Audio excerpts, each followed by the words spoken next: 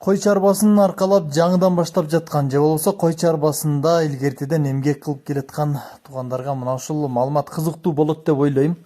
Анткени уруктук кочкорлор канча пайда берет, эмне үчүн булардын баасы кымбатка чыгып баратат, эмне үчүн 500 миң, эмне үчүн 20 миң, 100 миң долларга чейин чыгып кетип атат деген суроолорго мына ушул видеодон жооп аласыз деген ойдомун. Анткени кыскача кичинекей математический расчеттор менен мына ушул видеодогу маалыматты сиздерге тартуулайм. Андыктан өтө кызыктуу болот. Ушул видеону аягына чейин сөзсүз түрдө көрүңүздөр туугандар.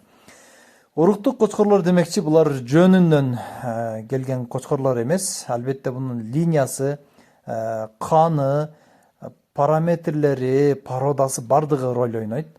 Мына ушул параметрлерден өткөндөн кийин гана уруктукка ылайыктуу, жарактуу деп эсептелип, өзүнүн параметрине жараша бааларды коюлуп, анан берген козуларына, башка жактарына карап туруп, анан баасынын өсүшүнө алып барат туугандар.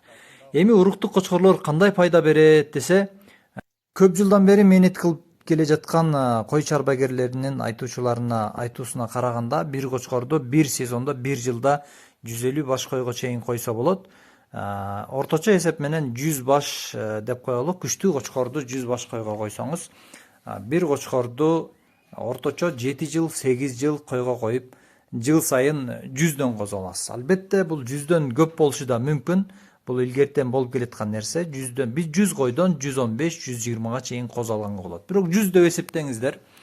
Биринчи жылы эле сатпастан кийинки жылы 2 тиштен 4 тишке айланып аткан учурда, 1 жылдан кийин, 1,5 жылдан кийин мына ушул ургачы эркектебей 100 койдон алган 100 козуңузду 2 тиштен өтүп жатканда жакшы жайлоого берип, жакшы жайлоодон келгенден кийин да 1-2 ай багып туруп этке тапшыра турган болсоңуз, мына ушул койлор эркеги ургачы дебей орточо 40 килограмм, 50 килограммдан эт берет экен. Эми ар бир жылы 100дөн кой өткөрүп турсаңыз, 8 жылда 800 кой сиз этке тапшырган болосуз. Мына ушул 800 койду орточо 50 килограммдан эсептей турган болсоңуз, 40 миң килограмм болбосо 40 тонна эт 8 жылда алат экенсиз.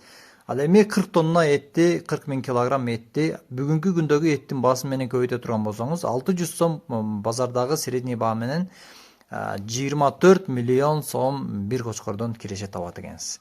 Башкача айтканда, бул кочкордон туулган уруктук ургачы козуларын, же болбосо уруктук эркек козуларын жогорку баада сатканды эсептебегенде, минимальный ар бир койду этке тапшыргандагы бааны эсептегенде мына ушул цифра келип чыгып атат туугандар.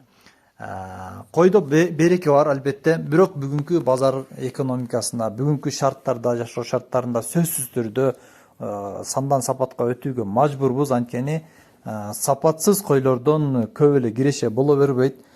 Чарба койлорду бир жылда эми ар жерге жараша, бирок средний 4 миң, 5 миң бир жылда бир кой расход кылат. Ал эми эгерде козусу жөнөкөй болсо базарга алып келип 8 миң, 9 миң, максимум 10 миңден сатасыз.